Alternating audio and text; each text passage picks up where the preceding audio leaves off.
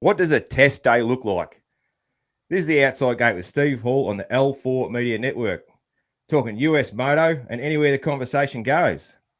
Today we're catching up with Michael Allen from Keefer Testing. How are you, dude? Good. How are you? Good, man. Thank you very much for coming on the show. Dude, so what were you doing today? Were you testing today or doing something else? No, so I have a 9 to 5. Yeah, That's man. my normal job. I'm a welder fabricator. Work in the off-road industry. For off-road trucks, I build off-road truck suspension parts, and chassis parts. So that's my 9 to 5. Actually, 7 to 5:30. But we work 410s, which actually helps me a lot with testing. So I Yeah. can have work during the week, and then if Kiefer needs me for a Friday test or whatever, Saturday, that's fine. And then they're really cool with me taking off time to do whatever I need. I've been in the company for 19 years, so yeah, I can do not whatever I want, but they're really reasonable. Yeah, cool, man. Cool. That's the go, because that was my next question. Was if you had if working for Keefer was full time or if you had something else. So yeah, so welder and fabricator, man. Yeah, Hmm. that's cool. The something I like to do a bit of that as a hobby. So Oh yeah, perfect. yeah, it's one thing I always I can never grow this damn beard any longer because of doing that too. Yeah, right. I've been there. I've burnt my hair and my beard off before. I know a few welders, man, that have got these really good long beards, and I don't know how Hmm. the fuck they keep it. I don't know what No, they do. especially if they're welding overhead, it's just like it's gonna fall Yeah. down and just be a mess. And even when you're not that great of a welder like me and you've got to use the grinder a bit, that's even worse. It Oh, gets it's you way up. worse. Yeah, Gets you up. absolutely. It's You smell the beard singeing and you're like, oh, is that? And oh it oh also, yeah. man, I'm a handyman for my day job. I have a handyman business, so Oh, handyman nice. construction business, and Hmm. I do a lot of painting. Hmm. And yeah, painting's bad for trying to grow a beard as well, Oh, I man, bet. because you every It's all yeah, you're always it's all digging paint out speckled. of pulling chunks of hair out and chunks of paint, and at the end of the day, you know, when you're hooking in, getting paint jobs done quick and that sort Oh, of I thing. bet. So That's a good point. yeah, yeah, So yeah, today was just regular work. Testing's always different. Like it's usually for me, it's on my own time. Like when it was Dirt Rider, when I was with met Chris there, it was like a shootout day. It would be like, okay, block this day or these 2 days for these different tracks, and it would be all day, all day, all day. With the keeper thing, it's more like we do that still, but it's more like if he has a bike he wants me to test, he'll give me the bike and I'll kind of test it on my own time. And it's much more freelance like than official testing, unless we're gonna go somewhere to test things. Like we've done a thing with Michelin before with Randy Richardson and done some testing on some tire carcasses and different stuff like that. And that was like 3 consecutive days of different tracks and long days. And that was where I think it was when I did that test. It had to have been like 2000, I don't know, 17, 18. And that was when I realized like testing is cool, but it's a mm, lot of work. yeah, Like it's long days. Like especially what Chris does. Like it was like the halfway through the second day, and it was in the middle of summer, and it was like 105 degrees, and we're like comp edge, and I'm like, dude, I don't want to ride any more laps. Like I'm done. Like I don't. And he's like, yeah, too bad, dude. You keep riding. And I'm like, yeah, you're right. Like I get it. I'll do it, but it is a lot of work. mm, yeah, yeah. I imagine it is, man. Yes, does that ever take the fun out of riding the next time? Like when you sort of finish a day and you're fucking worn out from testing, does it take a little bit of fun out for fun riding the I next time? It hasn't really for me because I enjoy play riding, fun riding. I think it would for Chris. I can only imagine. I mean, there are days definitely where he's like, I don't want to ride. Like he loves riding his dirt bike too, and he can't go more than like 3 days without riding because then he gets all snippy. So it I'm sure it takes some of the fun out of it, but like he truly like I love dirt bikes, but he truly loves dirt bikes. Like yeah, that guy lives, eats, breathes, as DV would say, fucks motocross. Like he loves motocross. Yeah, Uh, yeah, I can certainly see that. You know, I'm obviously a fan of him, and I listen to. mhm.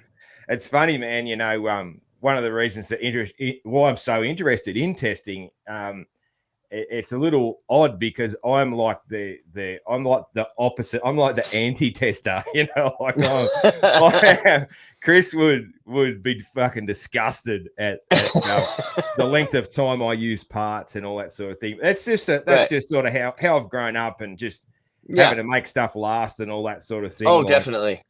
I was I'll use raised. stuff forever.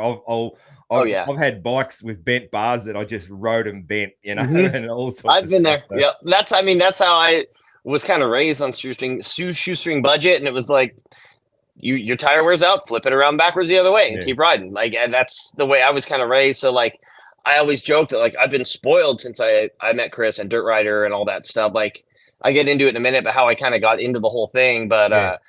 it's I'm 100% spoiled now to where like I knock on wood. I mean, luckily I haven't had to own my own motorcycle for probably 5 years now.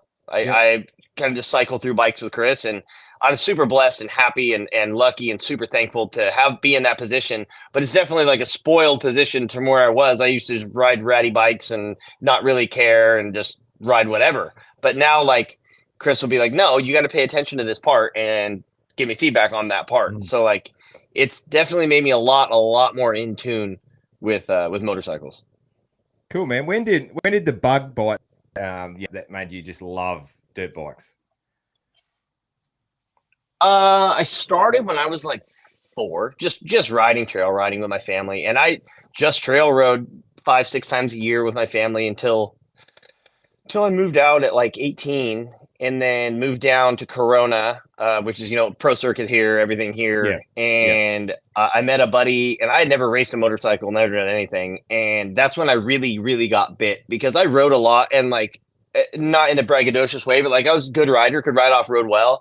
But Yeah. I never raced or knew anything about it. So I moved down here. My roommate's buddy raced Grand Prix, and he's like, "Hey, I've ridden with you a good bit. Like, you're a good rider. You should try to race." And I'm like, "What is this racing thing?" Like, "Oh, sure, let's do it." And then I did like one Grand Prix, a local AMA race, and like just fell in love and went like head over heels for racing. So it was like from 2008, 2009, like full time, not full time. I mean, I worked, but like every other weekend was trying to find a race until like 2013, 14.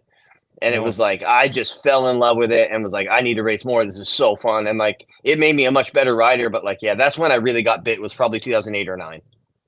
Nice. Yeah, that's cool. Yeah, I think that's probably the case. A lot of people, just trail riding and doing stuff as we would say out the bush with dad and that sort of thing. Yeah, 100%. And a lot of the time, like, because I was that, but like not so much with my dad. I was lucky enough to have some family friends in that took me out because dad wasn't into bikes, but right. But yeah, I always sort of thought of racing as almost a separate thing that really I thought you had to be like unbelievably good to even have a go at racing. I didn't even think it was a possibility, Exactly. I was the same way. I didn't know there were like different skill level classes and age groups. And I was like, yeah, I'm not fast enough to race. But yeah, once I found out like there are all these different levels, I'm like, oh, okay, this is something new I could try. Yeah, a lot of people don't. Yeah, a lot of kids that they don't realize, unless they've had someone, close to the sport, that like if you can change gears and if you once you learn to change gears, you can have a go at a mini bike race, basically. Oh, totally. Like, yeah, I mean, I have a 4-year-old, and probably just before he turned 4 this last year, I had entered him at a race at Glen Helen, and he had this little PW. Oh no, not even PW. He was on an electric bike, little Stasic. Yeah. And I walk up to the gate and like I look over and it's like Glen Helen, and I'm like, great, my kid's lined up next to Blake Baggett's kid. So this is awesome. Yeah. And Blake Baggett's kid smoked my kid. Like it's just fun. It's fun to do and fun to watch though. Like so fun to watch him grow and learn. And he loves it. We ride. He has a little one of those like Keefer talks about, an Osset trials bike, and we did the math on it the other day, and he's ridden. He's 4. He's ridden over 1,000 miles. Nice. Just every night we go somewhere, like whether it's a couple miles here, a couple miles there, like we're always going somewhere. So like, getting in from that little age, I feel like this next generation is going to be so good. Yeah. Because they start so young. Yeah, man. And that like right from Strider bikes, Oh yeah. That was really a big thing when just Strider bikes, the little pushies come out, man. That kids they just got it so much quicker. That was such a good idea. And then obviously Oh yeah. to the Stay Six and all that sort of thing. And yeah, I know Chris has talked a lot about Aiden starting on that little offset Yep. rolls bike.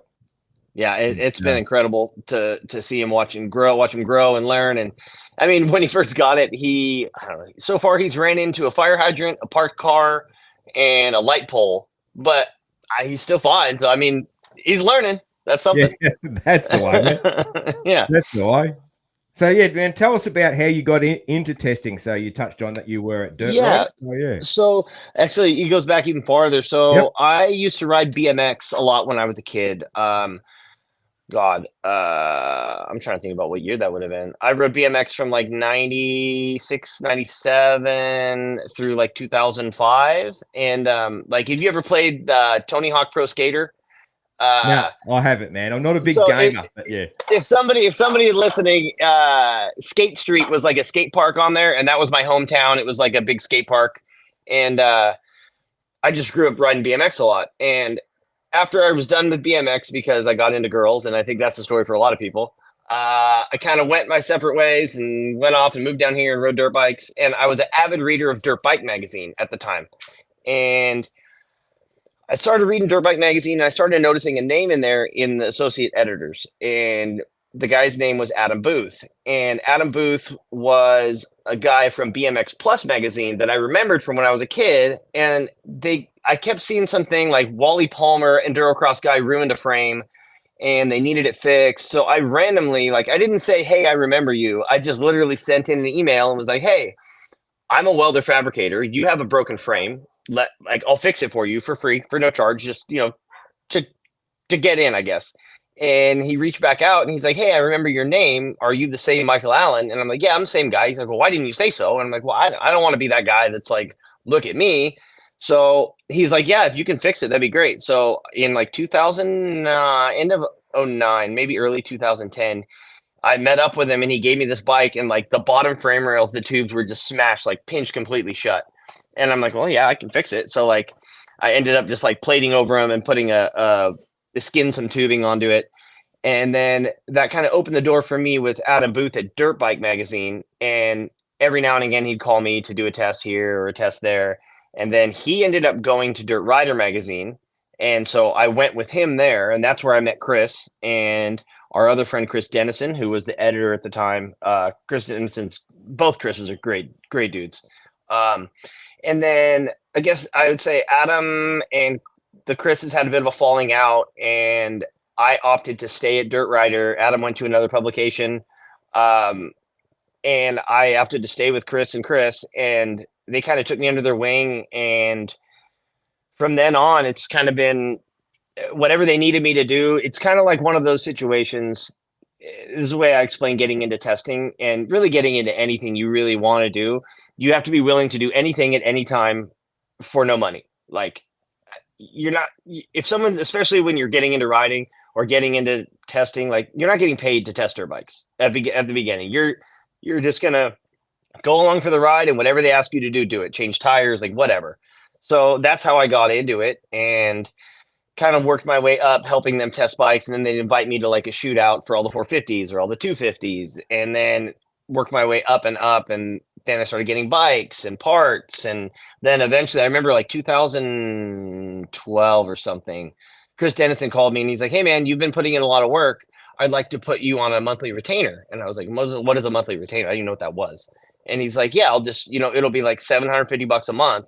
And just to, have you around and make you be available. And I was like, well, I was doing it for free. I don't care. And he's like, no, we'll pay you. Like, and then he was like, oh, by the way, there's a check in the mail from, past stuff. And I got this check, ironically, here, let me see. Ironically, this one right here. My first ever check from the magazine for $900. And I was like, I mean, I'm getting paid to ride a dirt bike. Like, absolutely. So it kind of just kept going, and I was with Chris, and then Chris Dennison got let go from Dirt Rider, and people who have listened to Pulp and stuff probably know the story. It kind of went down sour, and then Chris Keefer left. Yeah. And Chris is like, hey, I want to start my own thing. And he's been doing his own thing since like 2009 or something, Yeah. and doing manufacturer testing. And that's kind of where it went sour with him and Dirt Rider. Is Dirt Rider was like, you can't do any other testing except for Dirt Rider. And he's like, well, piss off. Like, that's how I make my living. Yeah. So he asked me to go with him, and he's like, do you want to come and, test for me? He's like, I can't really pay you, but, I'll get you bikes. And I was like, yeah, I'll go with you. I mean, he's been nothing but like their family to me. So I'm like, yeah, I'll go with you. So I left Dirt Rider when he left Dirt Rider, and it's kind of been that way ever since. And I've just worked really well with him, and he's been there for me through my rough times that I had. And yeah, just him and his whole family are such great people. Cool, man. Yeah. I fucking love the story, man. So Yeah. why I do this show and what I like about I like people. I like the stories of people, and particularly stories of people in moto. And I love the story, man. The doing stuff for free, the working hard, the getting your foot in the door. Yeah, that's sort of I resonate with it, and that's really cool, man. Yeah, no, there's a lot of stories like that in the industry. I think people that Totally. people that go far in the industry are people like you, like that. Yeah, but people who after the fast cash, they come and go. Hey, yeah, because yeah, it's a small absolutely. industry, and you shaft someone, and you're not going to last long, and you be a good person, and you put in the hard yards, and you're going to last a long time. Yeah. And I mean, you have to be willing, like I said, work for free for nothing and do a lot of work. But another thing, like Chris always brings up, everybody will come up to Chris, and they've even come up to me and been like, must be nice, wish I could be what do I need to do to be a tester? And Chris has had people, I've been there with him, and they've been like, hey, I want to be a tester. And he's like, okay, ride this bike, and then I want 1,500 words by tomorrow. And they're like, what do you mean? I have to type? Like, he's like, yeah, especially back now there's podcasts and stuff, but especially back when there was just print media, it was like, yeah, you got to have a story in, and they give you a word count, and you got to hit between this and this word count, and you got to do it. And so many people, even just hearing like, oh, I have to type, they're like, yeah, I'm not interested anymore. And it's like, yeah, it's not just like the joke between like Keefer and Gary Sutherland and I is like, Gary always tells Chris, he's like, oh, you just hit kickers and get free shit. That's what you do. You just hit kickers and get free shit. And there's a lot to it. I mean, like, I'm in the middle of typing a Dunlop story right now, and it finding the time to do it. But my typing and my writing was so bad. Like, I barely graduated high school. Like, probably like most people. I don't know about you, but high school was rough. Yeah. And I was not a good student. My mom was a teacher, and so that was bad.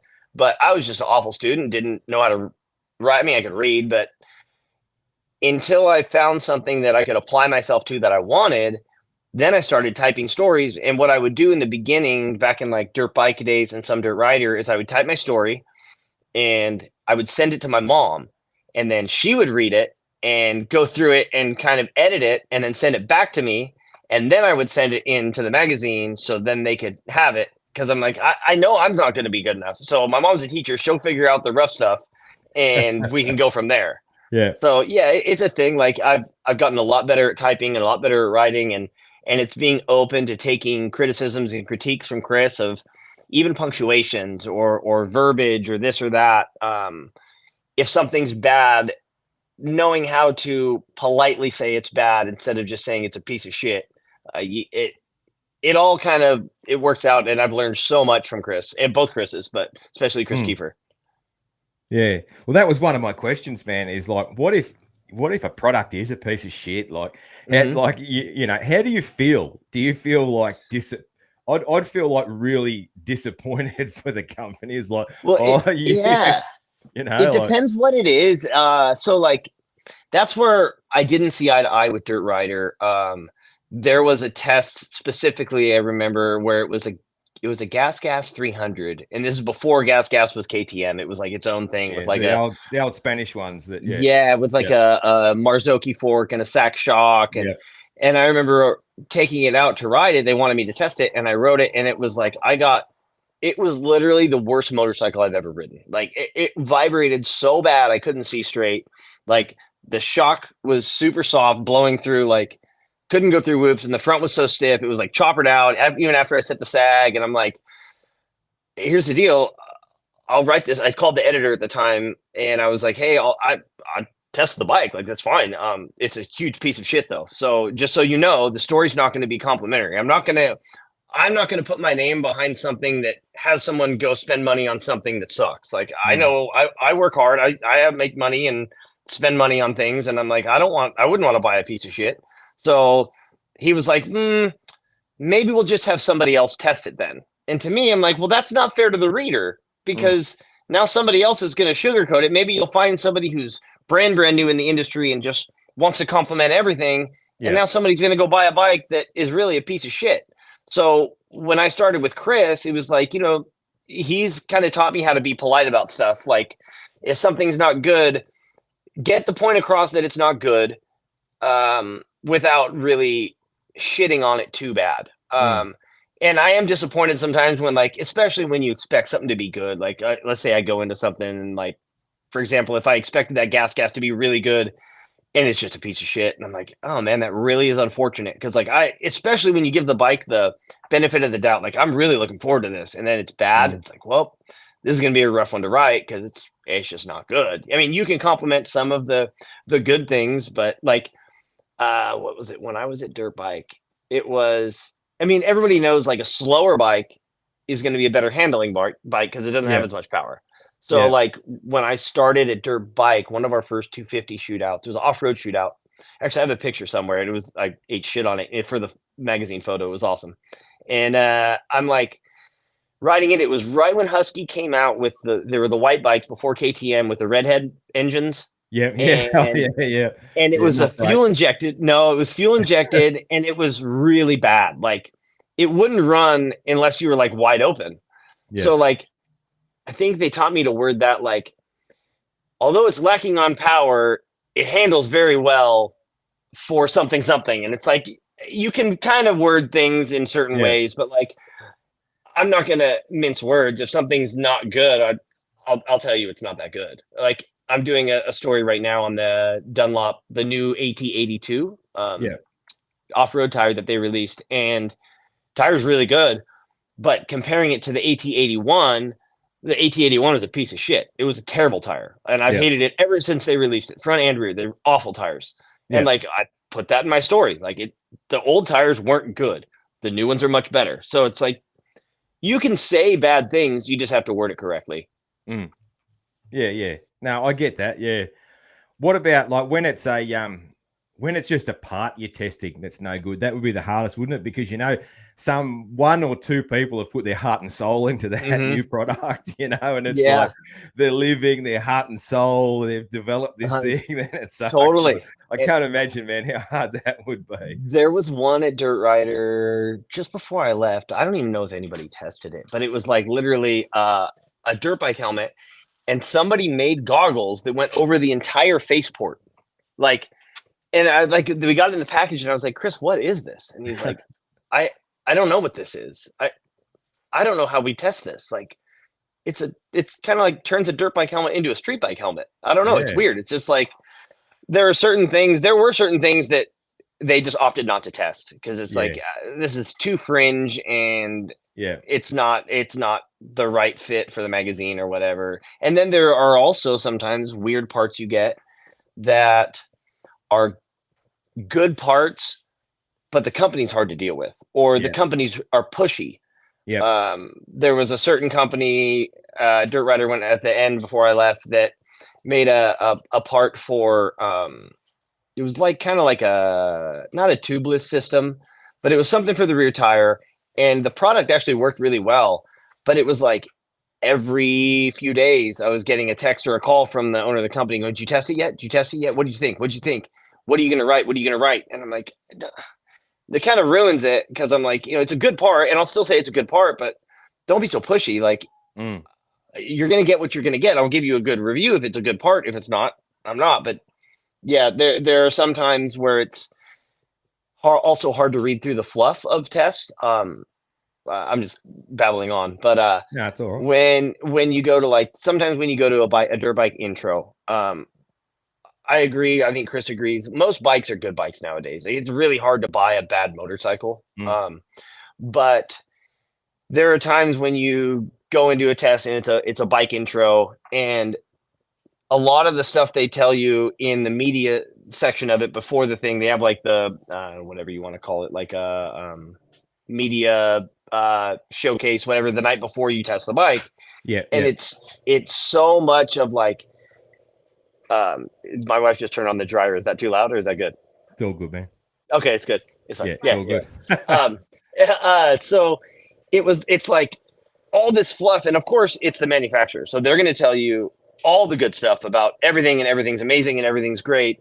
But you learn after a while, you learn to read through the fluff, and okay, maybe it's just bold new graphics and there's not really any changes, but they changed a brake lever and they're going to go into it and how amazing this new brake lever is. And it's definitely, you learn how to read through the fluff of new parts or new bike intros, and what is just fluff and what is really a change and going to be for the better. And I try to go into every test, like Chris has taught me, you go into every test with an open mind. Like, even if you see it and you're like, that's not going to work very good, you have to go into it and be like, well, maybe it will work good. Like, you have to be open-minded, because there have been times where I'm like, that's going to suck, and I've been like, ooh, that's pretty good.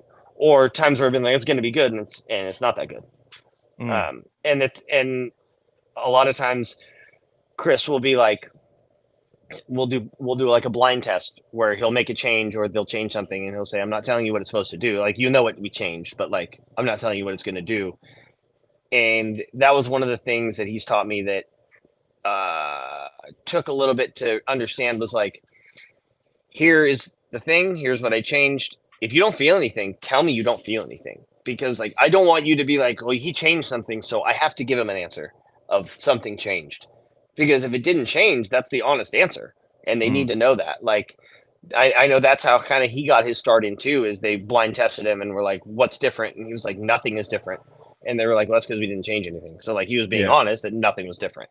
So yeah, it's all kind of a web of things you learn over time. That's a good test. That's a good test for someone's honesty. Hey. Mm-hmm. Yeah. When you don't change anything. Yeah. I've heard of, like, Mathis has talked about factory riders like coming in and like Bones or somebody doing a bunch of stuff under the fork and being like, go back and test it. And he's like, oh, it's so much better. And he's like, well, I didn't change anything. So now it's just mental. Like, that's it. That's a mental, especially with your real pro riders, hearing things and feeling things and all that sort of thing. And then you hear the other side where they've changed the slightest thing and riders notice it. So, Randy Richardson told me a story when we were doing that Michelin test that they would test with Kevin Windham back. I don't know what bike they were riding back in the day, but testing tires and tubes. And he said they just changed, like, he was doing whips. And I guess Windham is notoriously a really good test rider. And he was doing whips, and they changed the thickness. It didn't even change to like a heavy duty tube, but they just changed to a little bit thicker tube. And he was like, what'd you guys change? And they were like, we didn't change anything, because they didn't even think about it. And then once they thought about it a little more, they're like, oh, we went to the slightly thicker tube. And he noticed when he was whipping that the gyro motion was slightly different with the thicker tube.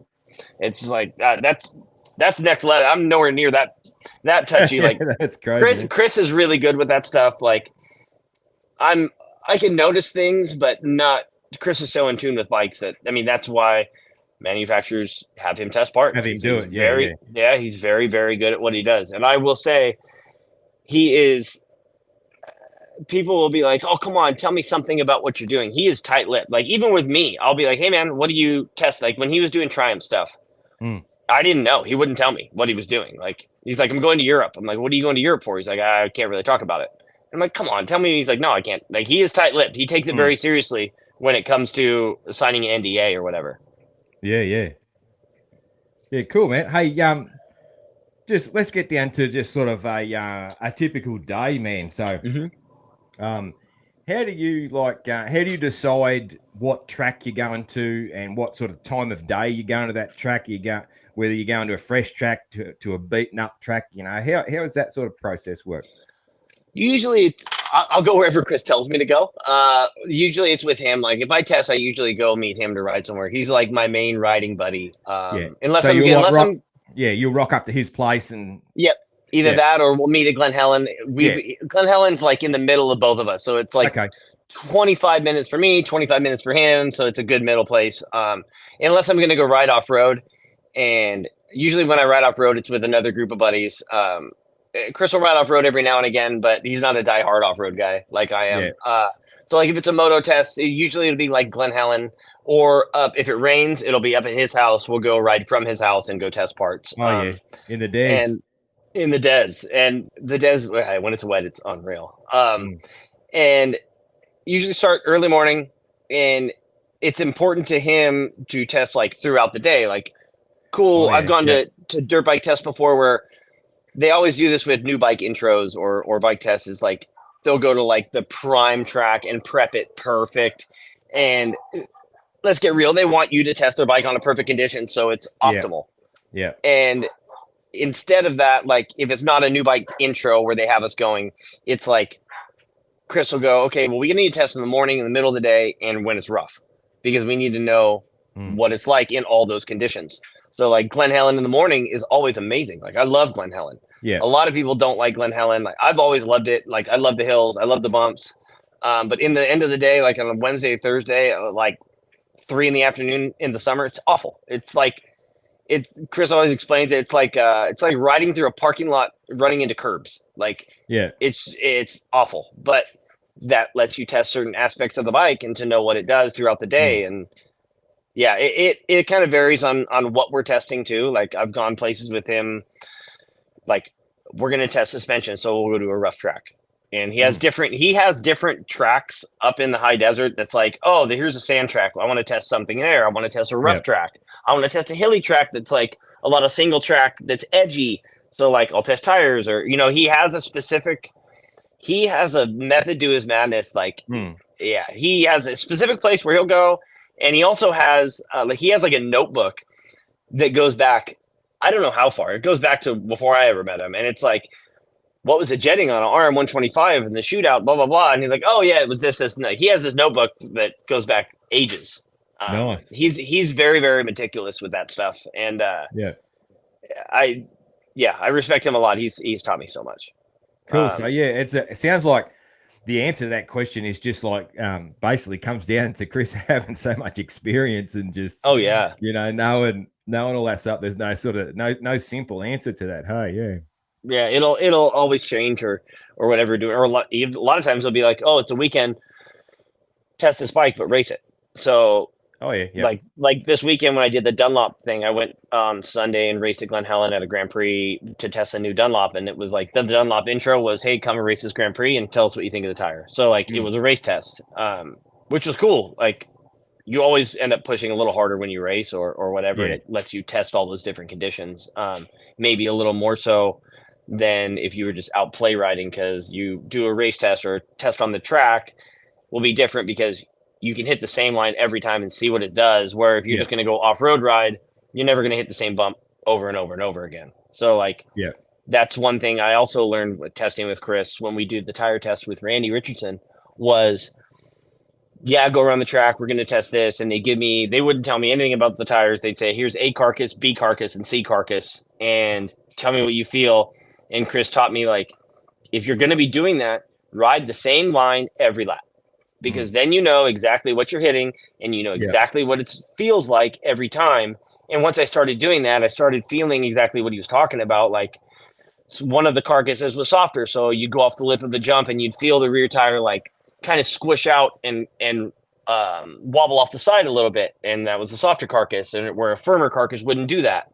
So like, you learn to feel the little intricacies of different parts. Cool. Do manufacturers often come along when you are testing, and what's that like? Is that like, I suppose it depends on who they are, whether they're ass or helpful? They're all really helpful. Like all the manufacturers, we've kind of gotten to know all the people who are part of the media relations department of each manufacturer. Like, I guess they trust you guys then. So they're so not like looking over your shoulder quite as much. Right. And they're there. Like let's face it, they're there to make their bike do the best it possibly can. So Yeah. like, you want to make a change, they'll make a change. If they Yeah. have a suggestion, like, hey, I think it'd be better if we did this, because sometimes you have people who come out from the manufacturer who are actually the test riders. Like Honda has our friend Ryan Dudek, who used to race moto here with Chris and stuff, and he's actually a Honda test rider. And then he'll come to the press launch or whatever, so he knows that bike really, really well, and he'll go, "Oh, I think if we do this and this, it'll be better," or "This is not really the bike's strong suit, so you're never going to get it perfect here." A lot of times, a test rider will come out, or sometimes it's just a mechanic from the manufacturer, and they still know a lot. But it is always nice when you get like a test rider to come out, because they kind of can guide you in the right direction if you're feeling something or not feeling something. You want to make little changes and that sort of thing over the day. Yeah. Yeah. Cool. And do you? Oh, so you sort of already answered it. That a lot of the time you'll be sort of going on your own time to do some testing. Yep. How often is it like single rider compared to multiple riders? What do you mean by that exactly? So, like, how often would you just go to test on your own, like you were talking about earlier, compared to like a group test where it's you and Chris and a manufacturer guy and that sort of thing? I would say it's much more common for it just to be like Chris and I, or Chris, I, and Aiden. Usually the only time manufacturers come out is when it's like a dirt bike, like an intro for a specific bike, and they set aside one day. Back in the Dirt Rider days, it was because the Dirt Rider was such a big publication, they kind of gather up all the manufacturers and go, we want to have our shootout on this day, and this day. Usually we would do it 2 or 3 different tracks, and we would all meet at the track, and all the manufacturers would be there, and all your riders would be there, and they'd have their notebooks on, like we would try to set it up to where it would be, okay, so-and-so is going to ride this bike, then so-and-so is going to ride this bike, and we would set it up by weight. So like if I'm really close to Chris with weight, we'll ride the same bike back to back, because then we don't have to change the sag. If it's a really light rider, he'll go way after us so they can change the sag for him, but like we'll try to get through it the most efficient way possible. And those were always fun days. Those were long days though. Like when you have 5 or 6 or 7 bikes to go through, it makes it a really long day, because you have to get a good feel for each bike. And you also, like I said before, you want to ride it multiple times during the day. So cool, you get on it in the morning and you're like, oh, the Suzuki was amazing. And then Chris would be like, no, you need to go ride it again at 3 in the afternoon. And I go ride it and be like, oh my God, it's terrible. Like, this is not a good bike. So it all depends on that. You have to ride them multiple times. You have to ride them at different times of the day. And yeah, and those were like long days, start at like 7 a.m. and ride until it was dark a lot of days. Which is super, super fun, but it definitely makes it a long day. Yeah, man. So like you on those days, man, you're riding more than you would on a race day. Yeah. So like, definitely. How do you go with like nutrition on those sort of days when you just go flat out do like, I try to eat. That's got to be tough. I'm not gonna lie. I'll go like McDonald's in the morning, but what's cool when you go to these tests, it still kind of goes in line with everybody wants you to have the best impression of their motorcycle.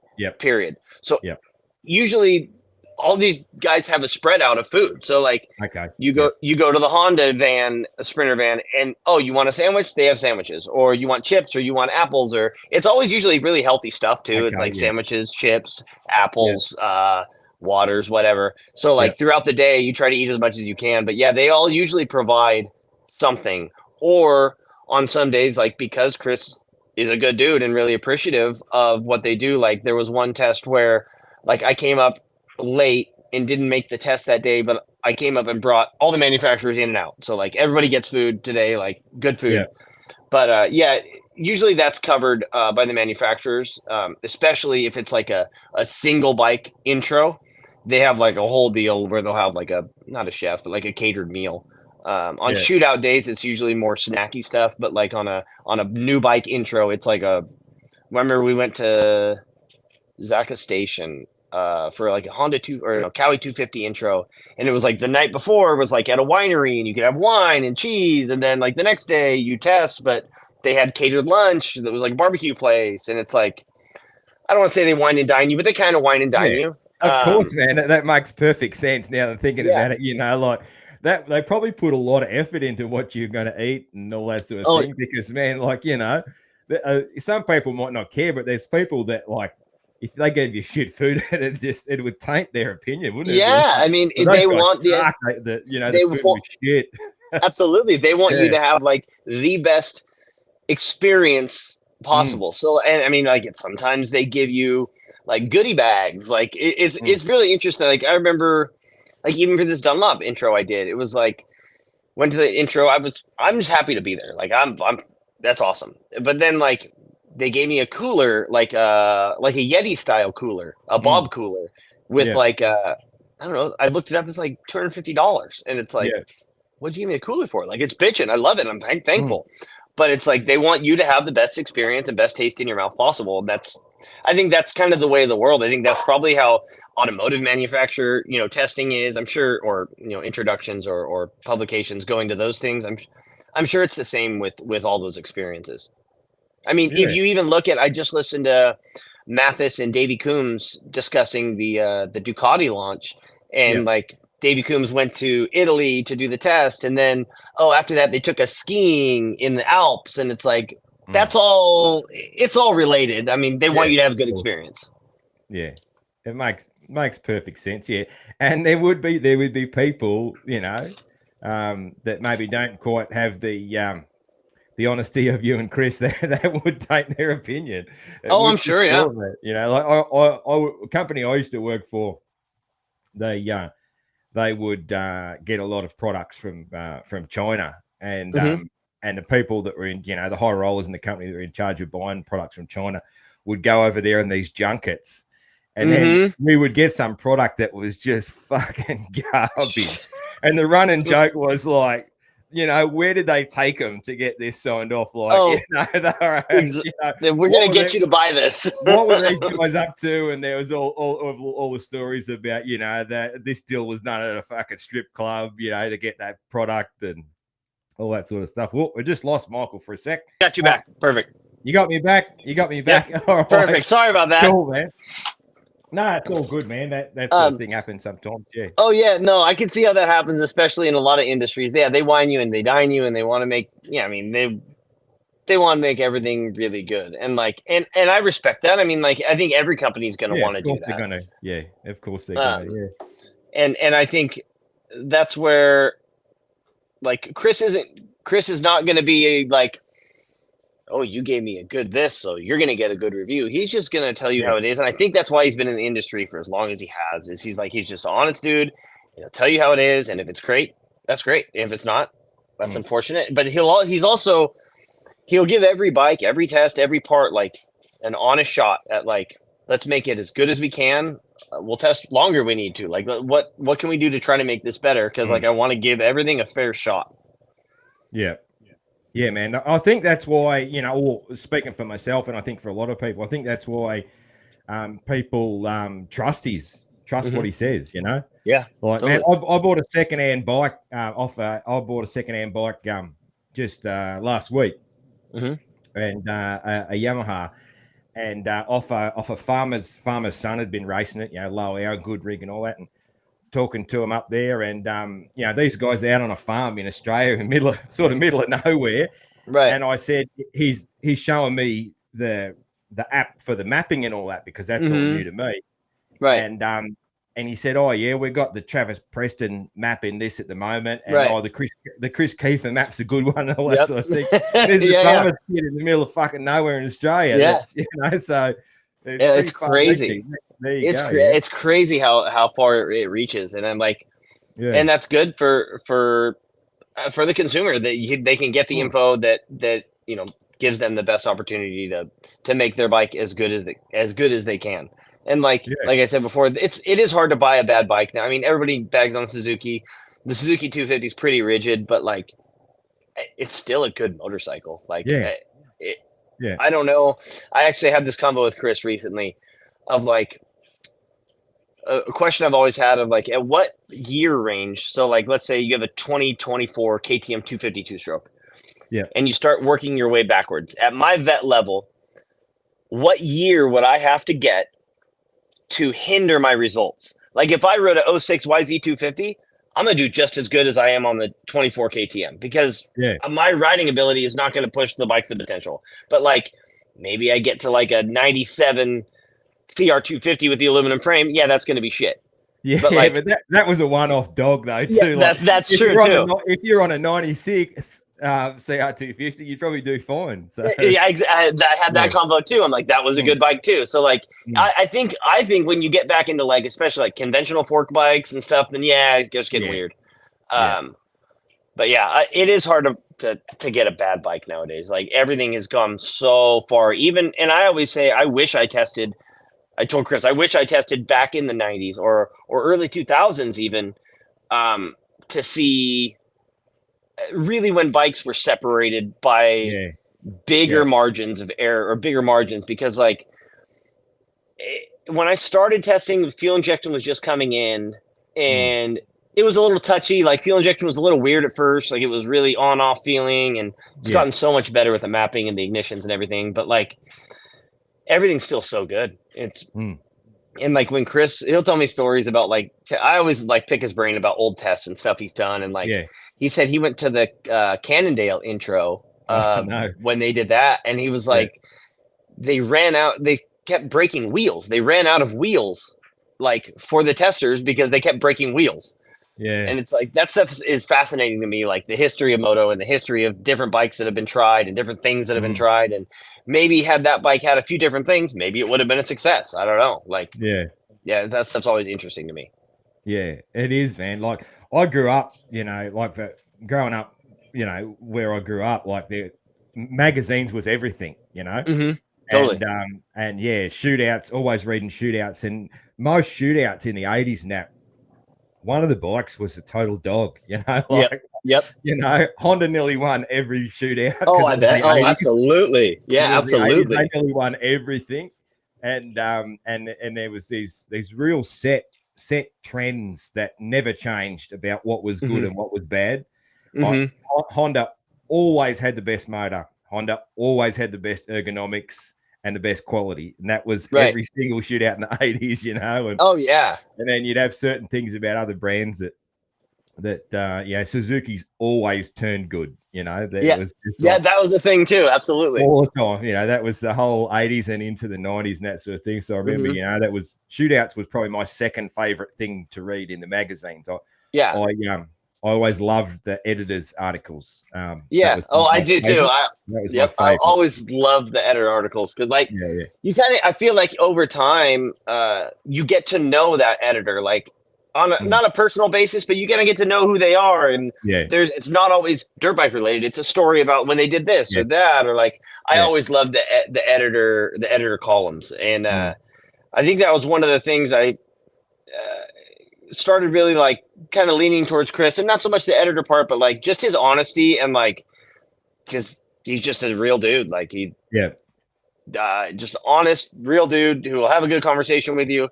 And I kind of relate that to like editor style columns. Is like he'll always yes, have a good story. He always has a good story, and yeah, I don't. It's always interesting also for me to look at like let's say we do testing, we do a shootout, and I've always find it fascinating to look at the other publication shootouts because mm, like I rode all the bikes, so I know what I felt, yeah, and usually everyone's pretty close. Like yeah, they're all within reason. Sometimes you have one that's like, who was running that bike? Because like that bike was terrible. I don't know how that yeah, won, but usually everyone's pretty close, which kind of tells you that everyone really does pretty much tell the truth yeah, and feel the same thing, which is good to know.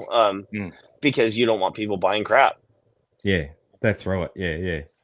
Now, I don't read too many different shootouts Mm-hmm. nowadays, but honestly, I probably listening to what Chris thinks of bikes is probably my main source of that sort of thing, I Yeah, guess, yeah, nadays. So, yeah. No, I'll totally. still do, I'll watch a shootout on YouTube or something if I come across it. If it Yep, pops up after I've watched something else, exactly. I'll go, oh, I'll check this out. Might be Yeah, dirt bikes or whoever's doing it, and just for right. interest sake to see what they say or MXA or someone. Yeah, Yep. No, yeah, absolutely. And that's another thing I think that's kind of changed even since I got into it is so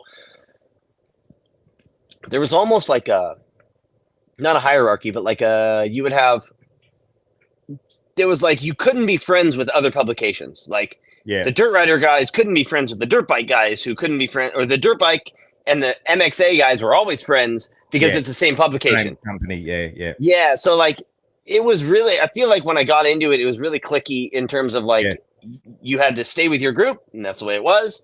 But I think Chris has been one of the pioneers of breaking out of that and being like, look, dude, we're all here to ride dirt bikes and we all are here Yeah. to have fun. So Yeah. like I don't have to hate MXA because I don't agree with what they're saying or because that's the way it's been. Like we're all here to ride dirt bikes. We're all friends. Yeah. Like we go to the tracks now, and like Mm. there are days where okay, it'll be a new bike intro, and you'll have different publications there, and you're kind of riding the same bike. You talk to the other testers. Like Yeah. for the most part nowadays, you can go and talk to any of the testers from any of the publications, and like everybody kind of gets along more. And I think Chris actually helped kind of pioneer that, I guess you say, because it was very hard lined when I started of like, oh, you're a dirt bike, don't go talk to those dirt rider guys. Yeah. Yeah. I can certainly see with Chris's personality him breaking Oh, yeah. that ice, Yeah. breaking that ice a bit, you know. So Absolutely, yeah. Dude, how's data captured? So nowadays, is it all like do you have a tablet? Do you have like software that you enter into, or are we still running the notebook? It's still paper. Like Cool. when we were doing Dirt Rider, they had their own official sheet. You would get like basically a packet, and it would have, let's say there were 5 bikes. You would have 5 different sheets of paper, and it would have like engine, chassis, suspension, ergonomics, and then any like miscellaneous things you want to talk about, like how loud it was. You want to talk about anything like that. Yeah. So it was I felt bad for Chris because he had to read my handwriting, and it was awful. But like, yeah, there was, when we do tests, it's like it's a packet of paper, and you fill out what you feel. And that's how they did Dirt Rider tests, and that's how I feel like they were really fair. Is it would basically be an average of like, and actually the last page would be how do you rank them in all the categories. So like they would literally take an average of so many riders said this, so many riders said that, so many riders said that, and at the end, that was what it was. Like they didn't skew it and go, well, maybe they said that, but I think it was this way. No, it was just an honest review. And the other thing I think that was really good is we would take different people. We would have an overweight guy. That's a novice rider. You'd have a really fast dude, like you have a Chris, or you'd have a me who's just a vet intermediate, vet expert guy. And then we'd always try to incorporate a woman too, like to get everyone's outlook. And that way you get a much more even response from everybody to see what's good for. Maybe you're a chick reading the publication and you want to know how it is for a chick. Well, now you have a little bit of a understanding of how it is for a chick. So like, I thought that was always a real fair way to do it too. Yeah, cool. I love that it's still notes on paper. Oh yeah, absolutely. I love that. You know, so I can't see myself, you know, in my day job or in this stuff or anything ever not running a bit of pen and paper. Same here.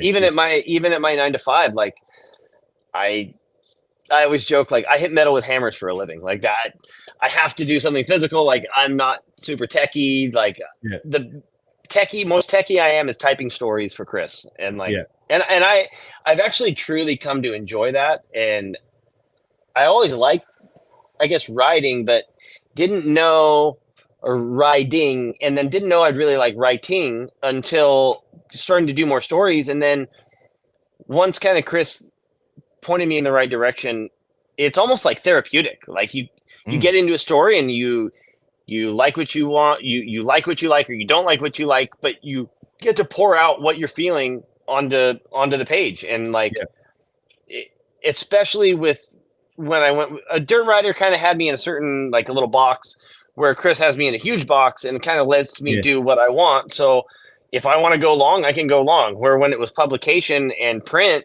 they would go, you have a word count and it has to be between 700 and 800 words. And it's like, that sounds like, oh man, you have 100-word gap. But no, that's hard to do, because it's like, well, now I'm at 900 words. What do I cut? Because everything I put down is how I feel. So like, you have to go in and pick and choose what you want to cut out, because they're like print media was hard on their deadlines and hard on their word counts. Like you couldn't mess with it. So like Chris is giving me a bigger window to kind of free flow with it, however long I want to write or however much I want to write. And I really enjoy typing out a long story, depending on what it is. Like I remember when he first told me, okay, you need to write, it was like a little snippet. It was like 500 words. And I was like, 500 words? That's ridiculous. So long. Yeah, it And sounds then like a lot. yeah, and then I get in and I'm like, oh, well, I'm 900 words in, and this isn't going to work. Like you just start going. And yeah, like he agrees too. Like it's therapeutic for him too. Once you start typing, you Yeah. kind of get in the zone. And like, I can't listen to music. I have bad ADD. So like, I can't listen to music or podcasts or anything. Like when I type, I have to be typing, and that's what I'm doing. And that's it. Yeah. Yeah. Where Chris, I think he listens to music, but Yeah. I listen to yeah. music. So like I do, I love writing. Like I really Mhm. love to write. And Yeah. I do a little bit of it. I was doing some for a website and actually just wrote one for a magazine and that sort of Oh, thing. nice. And that sort of thing. But I was doing it as like as a hobby before I even had an outlet for it, you know. So No, totally. because I like doing it, and I've always sort of had a bit of a knack for it. I'm a bit of a wordsmith, so it does sort of come easier. But the Yeah. therapeutic, man, very therapeutic. Absolutely, yeah. I didn't realize that until I started getting more into it, and I'm like, oh wow, like you can get anything out, or like even you can type yourself a story and have nobody ever read it. Like just Yeah. getting it out really helps. Like even what did I do? It may have been the podcast after if people have listened or whatever. I went through a drug addiction thing, and when Yeah. I Yeah. got through that, I ended up typing a bunch out, and it was like, or no, it was right before I went down to rehab. I typed out everything to the place where I was going to go, and Yeah. like it was just seeing those words on paper. I knew Yeah. everything was in there. I knew everything I Yeah. wrote, but like seeing it on paper and like getting it out, I was like, wow, I really have a problem. I didn't Mm. know. I knew I had a problem, but like until you type it out and read it and hit send on an email, you're like, oh no, I really have a fucking problem. So I need to Yeah. fix this. But there's Yeah. something therapeutic about writing for sure. Well, that story that was when I'd always knew about Mike. You know, Mike Yeah. who's Chris's Janky mate. Mike. And that. Yeah, Yeah. but Yeah. that story that you said on Keefer's, that's when I first reached out to you. Yeah. Because Yeah. I just as soon as I listened to it, I was like, I just got to give this guy props because I Yeah. Thank you. really appreciated just that honesty and then I shared with you how I know what it's like to have been holding a problem in your life Oh, totally. and that no one knows about, and then Oh, yeah. publicly sharing it because I've done the Totally. same thing. So Yeah, no, and it's really, hard, but then it's one of those things that once you let it out, you're like, oh, okay, like let's move on, and like you can getting it out is just That's why one of the reasons I did the podcast. I'm like, even me getting it out, that me doing the podcast was therapeutic for me. Like, I want other people. Yeah. I want other people to know as well, and give other people outlets. But it was for me too. Like I got it out there, and I'm like, yeah, this is it, and now I have nothing to hide anymore. So like, That's right. It's so freeing, isn't it? So freeing. So freeing, yeah, man. So freeing. Dude, what's the most? Yeah, no, go ahead. Sorry, I don't know. No, I was gonna say. So what? I was gonna ask you. What about you? Do you ride a lot? Do I ride? Yeah, ride a lot, man. So normally I'm actually like bouncing off the walls with not riding enough. I haven't ridden this year apart from in my backyard. So right. I usually ride. I'm probably about not as much as Chris, but I'll try and ride once a week. Like okay, that's good. Once a fortnight. And last year I did. I still call it the race from hell in like November, and I blew up my bike and like an off-road race, blew up my Cowie. You're not talking about Fink, are you? No. No. Oh, I was gonna. This wasn't Fink. This wasn't Fink. No. It was just a club level off-road race. Okay. But, it was run by a hard enduro club. Okay. And like, I turned up there and I was like, I've fucking bitten off more than I can chew here, you know, because I'm on like I've been there. I'm on a motocross bike, and me and my old mate, we turned up, entered the over 80 class, combined we're over 100, and we're just like, there's like gummy tired beaters with 6 foot fucking riders everywhere. Yeah, and the start line is a fucking enduro cross section, right? And straight away, I'm just like, oh fuck. Anyway, so no, I've been there. Yep, we're never going back. Yeah, and I fucked me bike. So, and then December, and December, January, and all that's just so busy for me with my my business, and also I went to America in January and all that sort of thing. Oh, nice. I haven't the Cowie. I've got a heap of parts, and I've had no time to fix it, so I haven't been able to ride. And then I just bought this Yamaha, so I'll be out on it soon. I haven't had time. I've got to just, when someone else has been working on it, I've got to go through it myself before I'll ride it. Yeah. Yep. So I've only done a lap to the backyard. It seems to turn nice, which last time I had a Yamaha, it didn't turn at all. So that's nice to know. Yeah. What 250, 450? It's a 19 250. Oh, okay. So, it's a good bike. It's a really good bike. Yeah. That's sort of I didn't really want to spend the money, but it was sort of the exact. I wanted a 19 to 23 250. I really liked them because I'd ridden the mates. And it came up really good price, good condition, all that sort of thing. So I pounced on that. So yeah, that bike, that was one for some reason when I was a dirt rider. I don't know why. It always happened that I ended up with Yamahas, like for long-term test bikes. And so I've really gotten comfortable on Yamahas, and like where a lot of people are like, oh, Honda feels like home, where like a Yamaha feels like home to me because I've been on them forever. But like the Yamaha 250s are so good. Like they're really, really hard to beat. Like, and even their off-road 250s are really, really good. Yeah. Like I haven't ridden a WR, but I've ridden an FX, and it was great. And the FX isn't that different, But it's not that different. I do a bit of off-road and a bit of moto. So there are a lot of tracks down there to ride moto, or there's not, man. No. That's a tough one. So I usually just go to a ride just to ride moto. I very, because I haven't raced a moto race for quite a few years. Right. If I do a race, it's usually an off-road race. I try and do once a year. Do that. Last year did 2 with my mate and that sort of thing. Team races and that. I just like to do it for fun. It just so I just turned 48. It's just so like I keep doing it. So totally. Race and that sort of thing, and entering races, and that's expensive here. Totally. The entry and all that, like it's expensive. So that's one of the reasons why I just like to. I've got a couple of shitty practice tracks near home. I can ride out my back gate, and that's cool. Just go out and pound laps, man. Just keeps me fit. Keeps me fit. Oh, totally.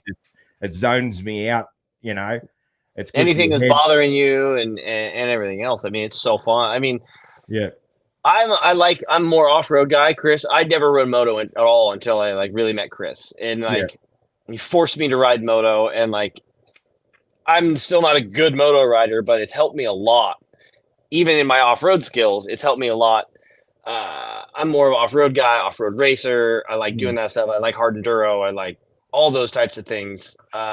Desert racing, but like him making me ride moto has helped me so much. I think people don't realize like the crossing between the two. Like Aiden rode in November.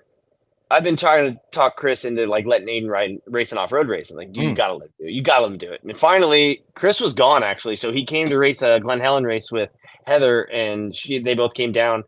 And he got done, and he was like, "Dude, that was so fucking fun!" Like, because it wasn't like a 15-minute sprint; it was like 45 minutes.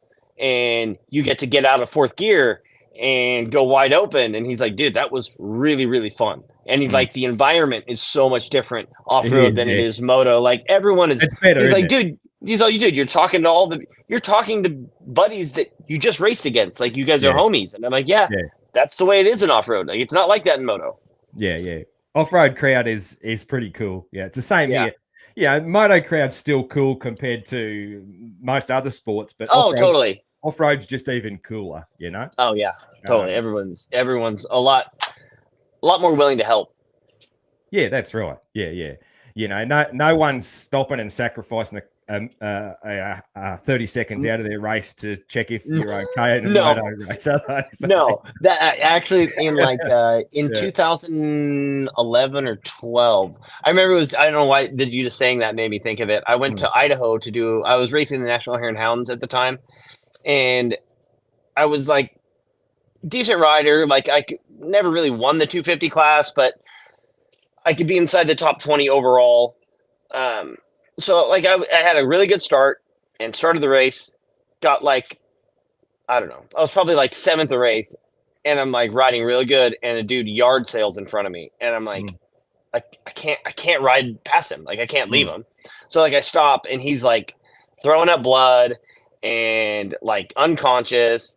And I was like, well, I guess I just got to sit here with this dude. So Mm. like I sat there with him for probably 40 minutes until everybody showed up. And I remember Yeah. like my dad and I drove all the way there and it was like 17 hours and whatever. And I was like, dude, he's going to be fucking pissed that I just like pulled off. And he's like, I could be more proud of you. Like you did the right thing. Yeah. Like you stopped your race, whatever, Yeah. but you were there for that dude Absolutely. and waited until people showed up. Like, cool, you didn't get a good finish, whatever. But like, Mm. what if that dude had died and you could have saved him? Like, yeah, Yeah. that's the Yeah. off-road community to me.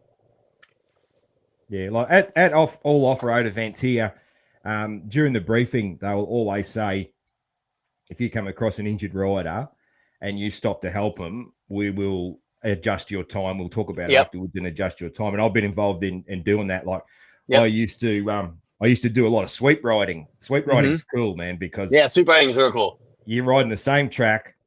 You get to have a rest whenever you want. You Yep. get to watch the fast guys from the best vantage points. Yep. And also, you know, you're riding the same track and you're not paying entries or Exactly. license fees, you know. So Yep. sweep riding, I was a professional sweep rider, I reckon, for a few Yeah. years. It was really cool. You Yeah. know, like I've got the sweep ride races that, like when Toby Price was racing off road before he Oh, was okay. winning Dakar and stuff, you know. Right. I got the sweep ride races like that, so it's really It was cool. funny. You get to see the When- coolest things. Do you remember when Toby came here and broke his back? Yeah. I was there and I showed up with his broken back and I went to get help. Yeah. Yeah. So it was him and Skylar Howes actually crashed within, I don't know, a mile of each other. Yeah. They both yard sailed. And then I was like, oh, I got to go get help. And then I ate shit going to get help. So it was a complete shit show. But yeah, those dudes are fast. Really, really fast. Yeah. No, to me, he's the biggest legend of dirt bikes in Australia. Like he's got Chad covered in my books, you know, it depends. Yeah. You know, probably because I'm a moto and off-road guy. But yeah, Right. Toby is the pinnacle for me. And yeah. for Absolutely. People, I think. Yeah. And he was a hell bloody good at moto when he was a kid too. So that's what I hear. Yeah, I heard he was really good at moto. I used to race with Skylar before he kept going and getting really, really, really good. I mean, I raced with Brabeck too. Like it was all like it's all Southern California kind of little desert scene, and those dudes just kept going and getting so fast. Mm-hmm. Yeah, awesome, man. Speaking of crashes, man, that's one thing I've got to ask you. Like when you're training, when you're testing, I mean, there's got to be a funny thing. Like for instance, when I go to race or even ride, I've always got this thing in the back of my head. I got to go to work on Monday, and it really affects risks I'll take. Totally. For you guys, you're literally out there, and you need to like push the limits of a product or a bike, right? But then you got to do that again the next day. So that's got to be a funny sort of balance there. How do you manage that? So don't crash. Like that's all I can say. Like, there have been people like Dirt Rider Days and stuff that would be testers. There were dudes that were really, really good, but they were crashers. So like if you go to a media day and you crash you wad up the media bike or whatever, and it's like, oh, that doesn't it doesn't look good. And B, well, maybe it ruins for the next publication that's going to ride that bike. So like, I guess for me, I push myself to where I feel comfortable, but not past it. Yeah. And Chris is probably the same way, but like you have to be very cognizant of just don't crash. Like a lot of people, and I've been guilty of it. You get like, oh, the camera came out. Now I have to do something really cool. But it's like, I've learned that, that it doesn't work because you end up crashing. Like I've crashed a handful of times, like for photos or for trying to think I'm cool when I started doing stuff and when I started testing, and like it doesn't. Just go and ride, do your thing, and have fun. Like push the bike, push it to where you feel comfortable, but there's no need. You're like Roger DeCoster's not there. He's not going to sign you. Like you're fine. Just go out, do your thing. So a stopwatch is banned, and all that stopwatches are banned on a test day, are they? So he'll bring him out, but we'll do like that's when you'll push. Yeah, exactly. Like a lot of times we do test days, like we'll do like a lap time war at the end of the day or whatever. It's okay, cool. Let's do 2 laps and come in and see how. Like we even did that a few weeks ago. Like I want to see how fast you can do a lap and then do another lap. And like that stuff, I think we're all competitive. We all want to see how good we are.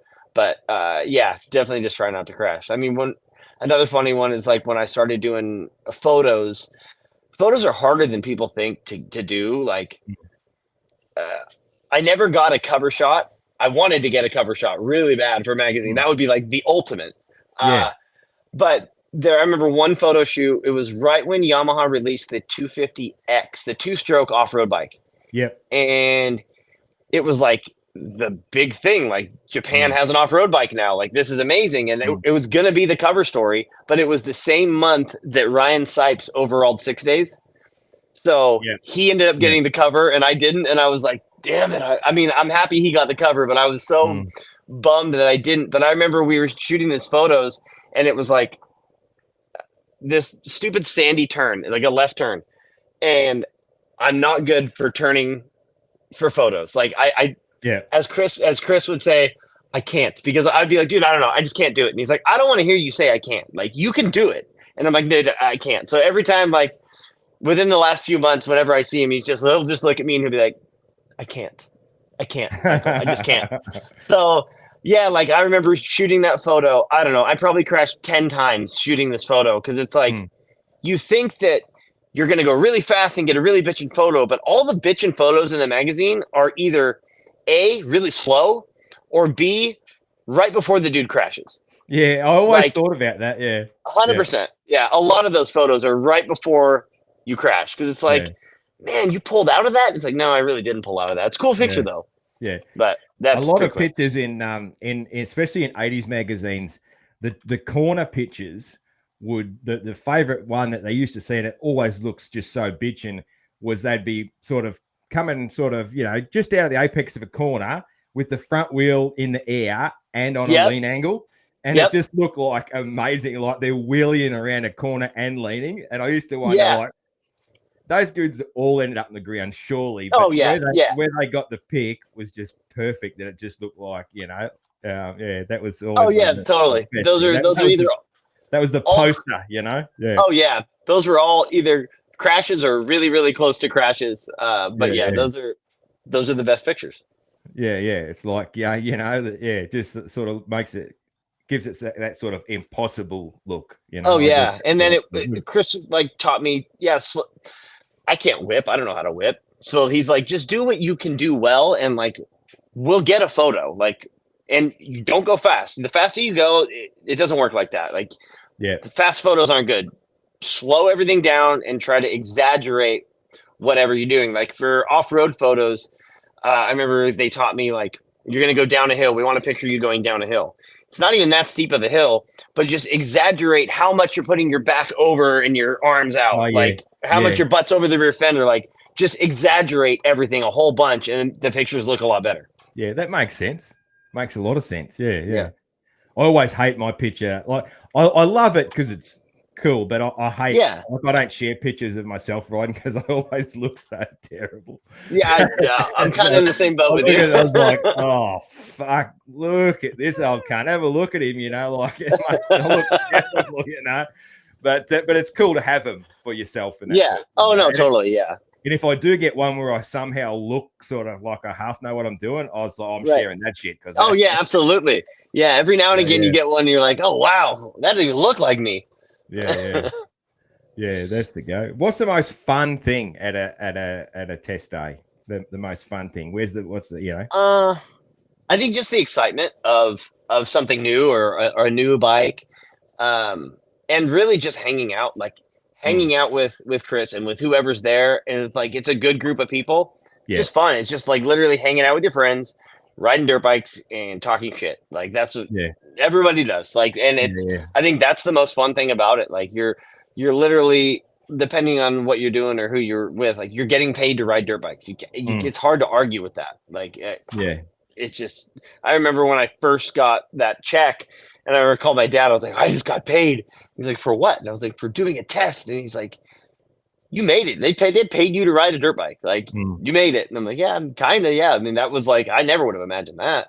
But just hanging out with friends and being around good people.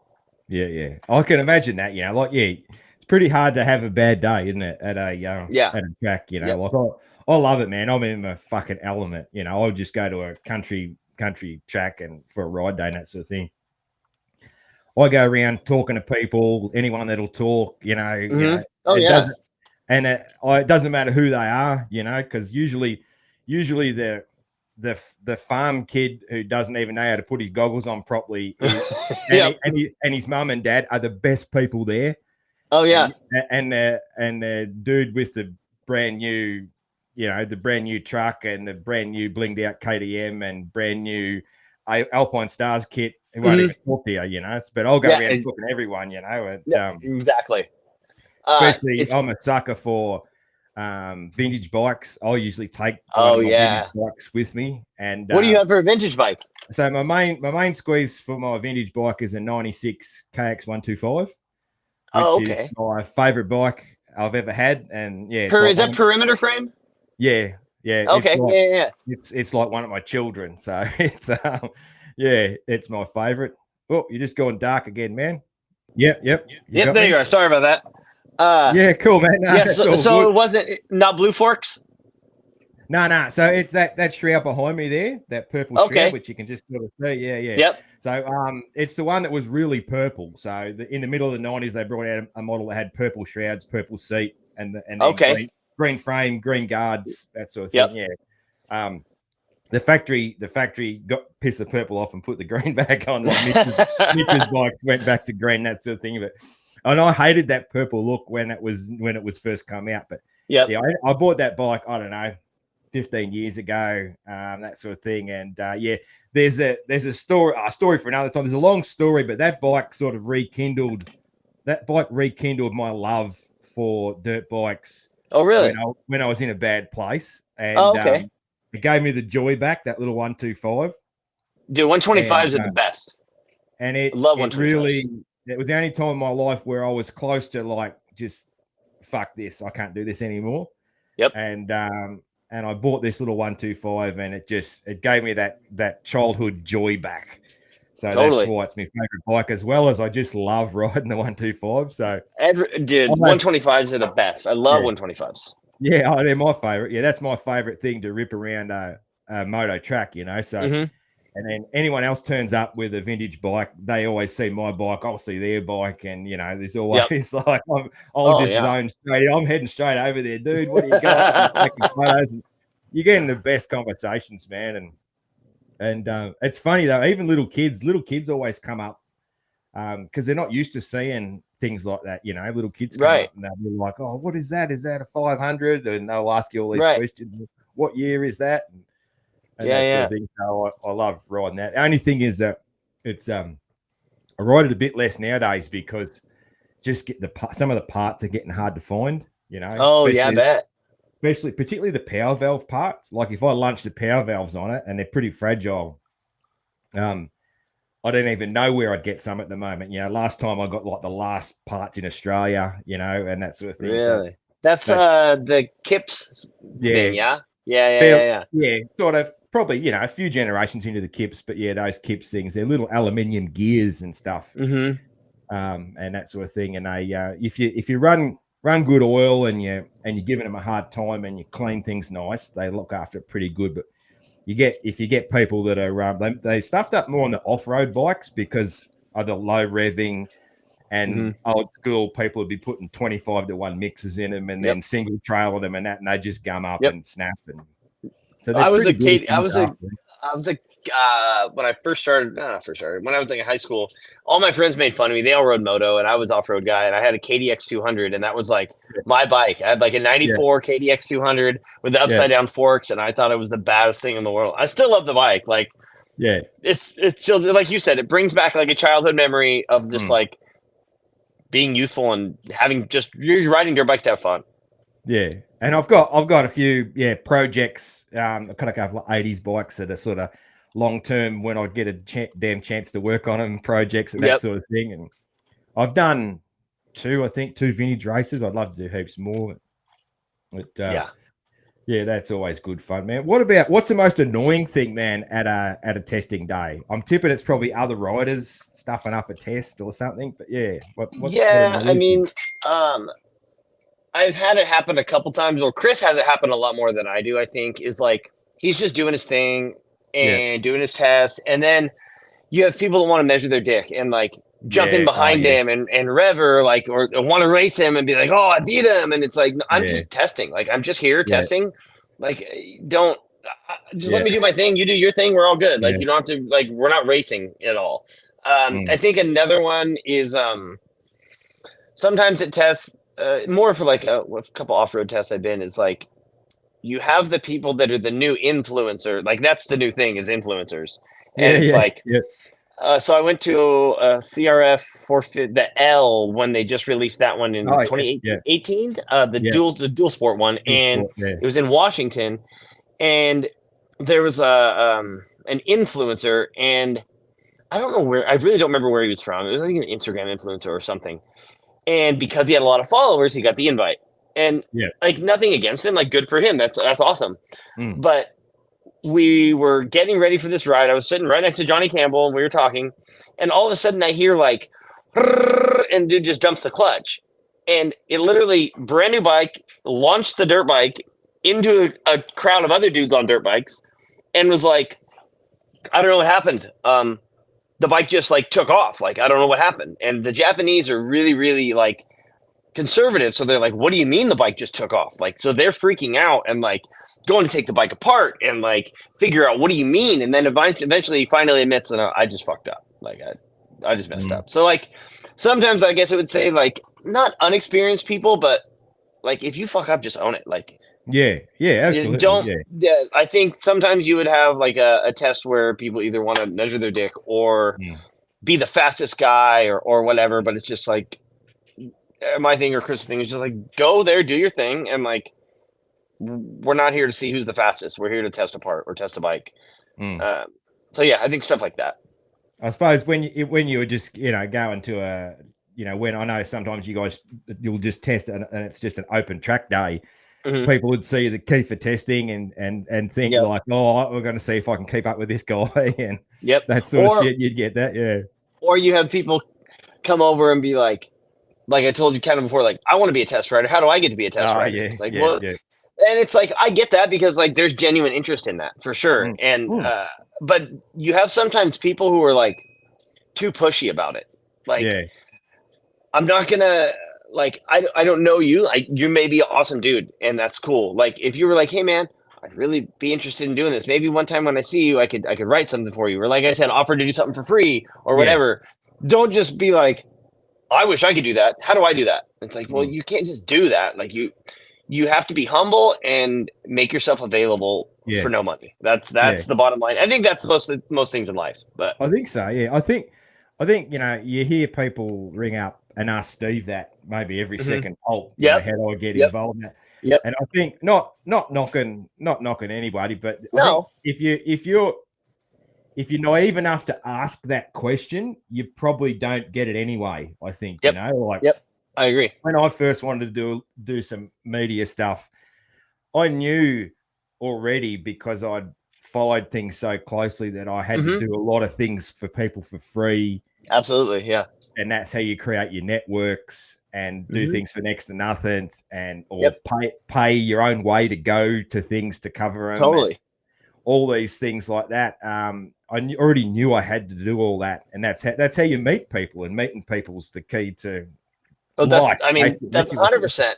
Yeah, yeah, That's it's networking, it's meeting people. I mean, look at mm, Darkside. He did stuff for free, he did yeah, stuff for Steve, and like that, and it's worked out. And now he has a career in moto. Like you have to be willing to sacrifice mm, not everything, but sacrifice a bunch and work for next to nothing to get as a network. And then eventually, yeah. if you're doing a good enough job, you get paid. That's right. I Eventually, because mean, yeah, people want your content or yeah. your opinion or whatever it may be. Yeah, yeah. Like I can remember the first time I got my flights paid for to go to something. It was just Oh, like that's good. Yeah. fucking wow, Well, that was actually the first time you know. I did. I'm trying to think when it was. I'd never been on an airplane until I was 27. Yeah. At 27. So I was doing dirt rider stuff, and then they were like, "Hey, we'd like to send you to." It was actually when they released the Yamaha 250 FX, Mm. and they're like, "Hey, it's an all new bike they're coming out with. We'd like to send you to race a GNCC." And I'm like, "What? I go, me?" And it's like, "Yeah, we want to fly you to Indiana and race a GNCC." And I was like, "Yeah, like, absolutely." And it was like my first time ever Yeah. being on an airplane, and first time ever really going east of like Colorado, and I've never done a GNCC before, and I got my, I mean, I won the whatever the what class was it? I forget what class it was. It was like the sportsman class, Yeah. and I beat all the other publications, so Yeah. that was Yeah. good. But Yeah. like, I was getting passed by dudes with flannels on and safety glasses, and like, I was like a fish out of water. But Yeah. all those experiences, like, they shape you to be who you are, and you learn so much by being willing to do anything for next to nothing. Yeah. I always love a flannel guy, man. If you Oh see it, yeah, and they're always fucking quick. I think they're it's like always fast. if you're gonna turn up and you're gonna line up and race in a flannel, you're confident, man. You're fucking gonna be quick. I It's, love it. It's the I best. got beat. I got beat at an off road race. It was either the King of the Motos or something in Glen Helen, a really hard enduro. And like, everybody has pet peeves before races, like, or what they do or whatever. And my thing is, I don't care who it is. Like, I will look at to the both people on the both side of me, and I'll shake their hand and say good luck. That's just whatever. That's what I've Nice, always done. nice. So I shake this dude's hand, and I look down, and he's wearing gardening gloves, and I'm like, cocky in my head. I was like, well, this will be easy. Like, it was just he and I at this starting together, and I was like, well, this will be easy. And I ripped off and I took off, and like 3 hills later, I'm struggling on the side of the hill, and this juice is like rides right by me, and I never saw him again. Yeah, And I'm I like, got it. that top, never read a Yeah, book, never like judge a book by its cover, because I just got yeah. worked by a guy with gardening gloves on. I learned with a similar thing. It's probably damn near my favorite story of when I was younger and racing moto. So it was probably like one of the very first races that me and my mates went and did, because like none of us had really raced moto, but then I did, because Dad wasn't into it. So when I was 18, I could drive myself and have a go at it, you know. Right. And we weren't wearing flash gear or whatever, but we were wearing all the proper gear and all that sort of Yep. stuff, you know. And this dude rides into the facility on a I think it was a KDX, Right. and he's got a flannel on, and he's got fucking gumboots on. He's got like rubber fucking gumboots on, right? And we're young fuckheads, and we're just like, Right. we didn't pick on him publicly, but we're just like between Right. ourselves, fucking look at this guy. Totally. You know? Yeah. And he got a bad start, and I think I was running second, and then my mates were like third, fourth. So we were in a bit of a train. Right. And this fucking guy passed me on an up ramp of probably the biggest tabletop there, and just fucking launched this thing. And me and my mates, we were learning. We weren't even clearing this tabletop yet, and this guy's Right. fucking overjumped it, and he's gone. And I've never judged anybody by their gear, Yep. but I still don't know how the fucking pegs weren't going straight through them. He must have had some good quality gumboots, man. But that kid probably lived from the farm next door. He probably rode that track every night after school. Exactly. Yeah, dude could ride, man. You cannot judge a book by it. That's a lesson. I think everyone needs to learn that lesson in life, but that's a lesson everybody needs to, because it's like, it's totally true. You don't know who that dude is. Like, yeah, you go to Glen Helen sometimes, and it's like, there are dudes, like random dudes that will show up and they'll beat Chris, like at a moto race. And I'm like, who the fuck is that guy? I don't even know who that guy is. Like, just some random dude on a dirt bike. It's like, I don't know. And sometimes it's like old pro guy. Like, the one thing I like about Southern California is you'll randomly run into just moto dudes, like at the track, like dude, like McGrath or whatever. And I'm always starstruck. Like, I'm still starstruck when I see people. Like, Chris is good friends with Dubach, and I'm always like, oh, that's Doug Dubach. Like, I ran into yesterday at the hardware store. I ran into Chicken. Nice. Like right next to my work. I went in there to get something for work, and I was like, that's Chicken. Like, it's just, Southern California is cool that way. Yeah, man. Yeah, no, it certainly is, man. Like I checked out, tracks, and I didn't meet anyone like super famous or whatever, but I went around and checked out tracks and did a lot of cool stuff when I was there. And yeah, it certainly is a cool place, man. Very, very cool. Well, if you ever come back, let me know. And I always got a bike, so if you come back, let me know and we go ride. Yeah, I will do, man. Like when I was going over, I was trying to figure out, because initially I was going to camp. Because down here, man, like you can go anywhere. If you want to go there cheap, you can just fucking camp. You can just whatever. But I was like, got to figure out, and I had some American friends say to me, like, it's not always safe. It's not necessarily it's true. safe to do that in California. You're going to get fucking stabbed by a tweaker. Yep. But none of my mates are from SoCal. They're all over the United States, and we all sort of met to go to Anaheim. And I was like, I don't know anyone to ask. So I just thought, I think I was listening to Chris's episode, and I was like, Chris is a good guy. He's helped me out with testing questions. I'll just fucking ask him for advice. And so I asked him for advice, about where to camp and that sort of thing. He emailed me back, and he was fucking so good and so fucking helpful and all that sort of thing. And he even said, about going for a ride and all this. So I was like, this guy's fucking awesome.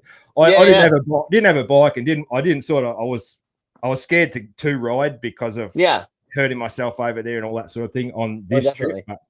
But next time I go over there, I do want to get some rides in. Yeah, so absolutely. Only thing is, I'm pretty fucking slow, so I always feel bad for holding people up. No, this is how much I love it. I would say this proves how much I love it, because I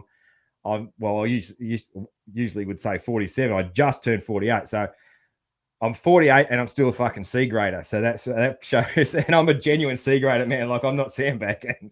So you're right. You're riding a dirt bike. That's what matters, and you're enjoying it. You're enjoying it. Like, I love it, man. Even though I'm no good at it, I just absolutely love it. Yeah, a lot of experience, but just no speed. So one thing about like I've trail ridden with some really fast guys.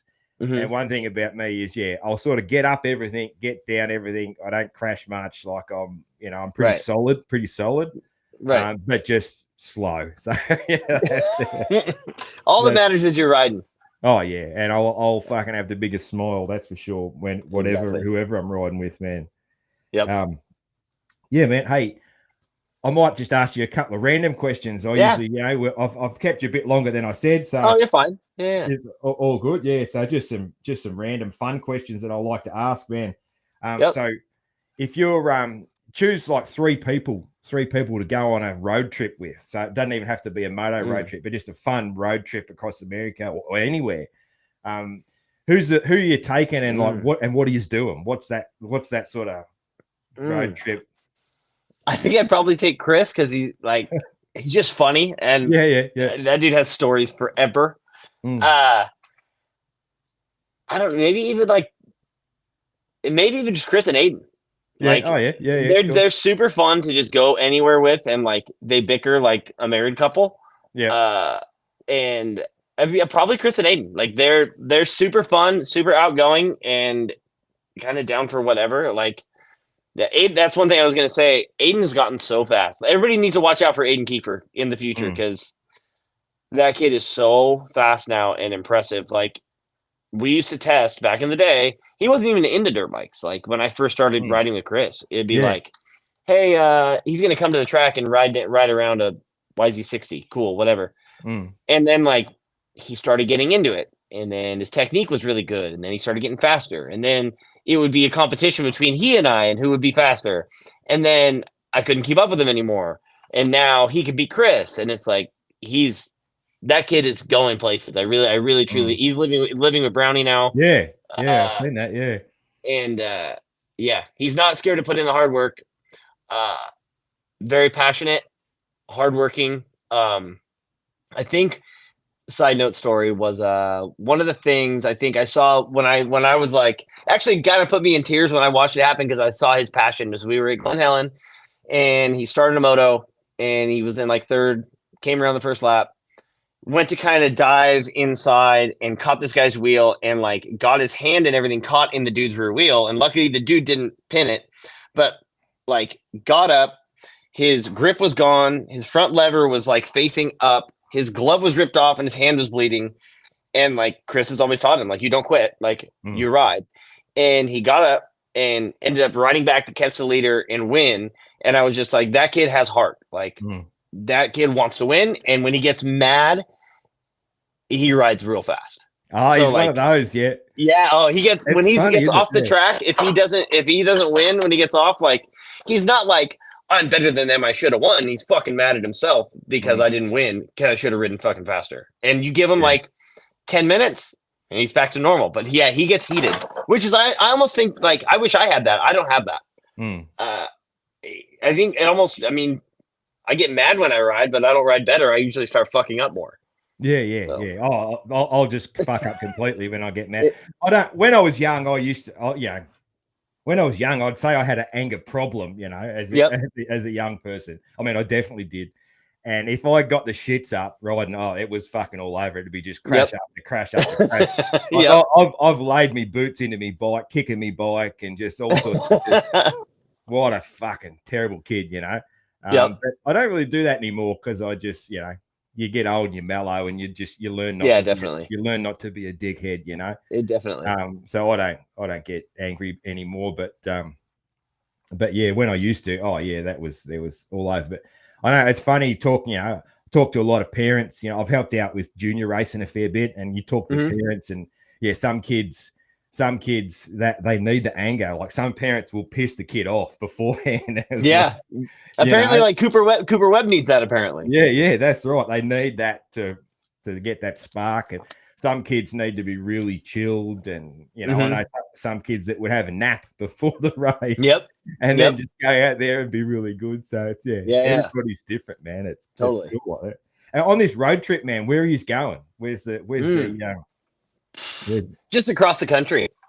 Across the country and stopping random places. Yeah. That's why I choose Chris will just talk to random people. We'll go somewhere and he'll just be like, hey, how's it going? And he'll just have a random conversation with a random person about random stuff. And it's always laughs. Like it's always laughs with Chris. No matter what it is, it's talking shit, it's whatever.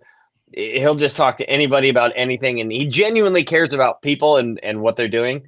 And I don't know. It's always a good time with Chris. So I'd say just across the country, stopping random places. Yeah. I can imagine that being a good time. Yeah. It's a bit like my best mate. He's like that. Road trips I've been on with him, it's just I can just remember. It's probably why I asked this question: is the road trips I've been on with him. I can remember just my face aching, aching from laughing too much, laughing so hard, cramping your jaw from laughing, and you can't catch your breath, and your chest hurts, and all that. Just from the funny, you just make every situation just fun, Absolutely. That is cool, man. Cool. And like this might even tie into the road trip. So, what are you listening to? What's your music? God, that's funny. Chris and I go back and forth on music a lot. Like, what if it's your turn? It's your turn on Spotify. Oh God, it's gonna be like probably like emo or something. Like, probably like or something softer or depressing. I don't know why. Chris and I always joke about that. Like, I'll listen to softer, depressing music that makes you sad. I don't know why. He does the same thing, and we'll like every now and again, like I'll be on my way to work early. He always wakes up early too. I'll send him at like 6 a.m. I'll send him like a sad song. I'm like, here you go, have fun with this. And we always fuck with each other. Like, I had Heather send me a whole bunch of pictures of Aiden from when he was little to when he was growing up. And I made a whole video montage out of it with sad music. And he's like, you motherfucker. Now I'm sitting here with Heather crying. I hope you're happy. But probably something like that. Yeah. Cool, man. And what's like, if you had to pick one album, so the old question, you got one album to listen to the rest of your life. What's that? Oh man. Actually, probably Pink Floyd. Why am I drawing a blank on the album? Dark Side of the Moon. But with Wish You Were Here on it. Can't remember whatever that album is. So for my work, sometimes I go off-road places for my normal 9-to-5 job. Like we'll go to the Glamis Sand Dunes for a few days and do some testing or whatever. And I find myself driving around the sand dunes listening to Pink Floyd, that album, like just having it on in the background, and I'm just like wandering the dunes listening to Pink Floyd. So probably Pink Floyd. Cool, man. Cool. I like it. Yeah. That's all right. That's I suppose it's not emo, but I can see a bit of a tie in there. Yeah, It is yeah, pretty, but it's Floyd was pretty deep, sort of yeah, it was definitely. rock, but very deep, very sort of meaningful, deep sort of stuff. Yeah, Oh, so definitely. I totally get that, man. Yeah, and then another one of my fun questions is, who's your celebrity hall pass, man? So Oof. Mrs. Allen Oh gives you a shot at someone. man, Oh, man. Celebrity hall bet. I don't know. Oh my god. Um, you know who's really fucking hot? Is she's not really a celebrity. Jake Weimer's wife is hot. right. Yeah, I'll, I'll, I'll, that's one of Keefer's favorites, isn't it? is Is it? that? I I didn't think know that. I think If that that's the case, yeah, then so be it. But yeah, yeah she's yeah. hot. Yeah, I'll I take think that. That'll be celebrity. But Baggett's wife is really hot too. yeah. I can't actually picture Jake's wife, but I know I've heard a lot about what she looks like. So yeah. Yeah. I always say, yeah. It's part joke, but part fucking true. To be honest, is always more. I reckon I'd be more interested in what their mums look like than their Yeah, wives. yeah. The older I get, the more it's true. Like Yeah, you go to the track and you're like, yeah, oh my man. god, look at that. I'm more keen on checking out the mums than the wives. So The wives are too close to my daughter's age, and yeah, right. whereas the mums are more my wife's age. So So it's what's like, funny is I went to I forget it was Glen Helen and with Keefer and Aiden and Aiden has this friend at the track and I'm like, okay, his friend's here, whatever. And then his friend's friend shows up and I'm like, I know that kid. I don't know how I know that kid. And then I look over and I'm like, I fucked his mom. That's oh, how I know this kid. And like she comes out and I'm like, hey Melissa. And she's like, oh my God, it's been so long. I'm like, yeah, it's been a really long time. But definitely I see what you you mean with weren't the doing the moms. maths on how old he was, were you? Like No, I wasn't. there was no stress like that. Oh shit. Exactly. Yeah, you weren't asking, how's dad? Yeah, exactly. No, I knew he was born Yeah. at that time, so it's all right. Yeah, that's all right. That's all right. Yeah, no, yeah, because otherwise that would have been real awkward. Yeah, shit. real awkward. Oh shit. All right, man. Hey, there's a couple of things I do just to finish off the show. Yep. One is, man, give me your best Aussie accent. Say whatever you like, man. Fuck. I don't know. Good eye, mate. That's all. That wasn't too bad, man. That was just run that back. Give me another good day, mate. Right now, good day, mate. We're gonna go to Sydney and see the Ausex Open. Hey, yeah, you're not too bad. All right, I'll take it. I find a lot of Americans get a bit of a British twang. Yeah. You had a little bit of the British twang, but Yep, some of them just definitely. sound British totally. Oh, totally. Yeah. You're you're not the best, but you are you're up there. That wasn't too bad at all. Yeah, all right. so Thanks. I'll take that. Not too bad. Callum Brower has got the best one for sure. Like he was fucking legit as fuck. It blew me away. I couldn't fucking believe it. It was like, that's funny. So yeah, he could be a voice actor, Cool, man. Last thing I do, man. I'll give you the backstory. We're run along show anyway. Very first show I didn't think anything about doing an outro. I put all this time into an intro and didn't do an outro. So I'm a dude that's always singing. So I just sang a bit of Kenny Rogers for the outro, and then it just sort of stuck, and it seemed like a fun thing to do. So I'll sing a bit of Kenny Rogers, man.